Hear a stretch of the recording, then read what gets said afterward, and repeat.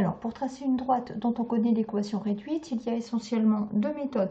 On peut exploiter les valeurs de petit m, le coefficient directeur, et p, leur donner à l'origine. Dans ce cas-là, on fait un tracé de la droite sans aucun calcul.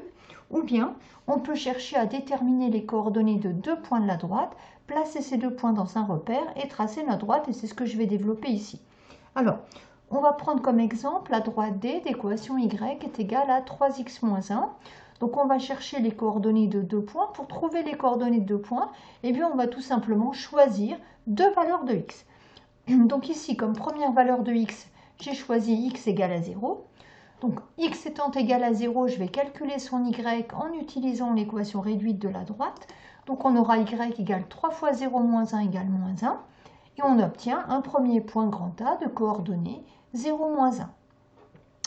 Deuxième choix pour x, j'ai pris par exemple x égale à 2.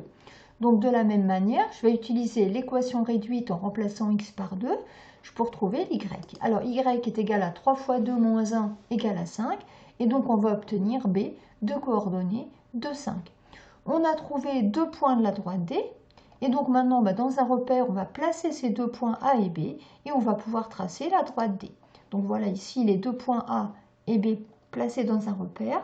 Et donc, on a tracé la droite D avec la méthode de points.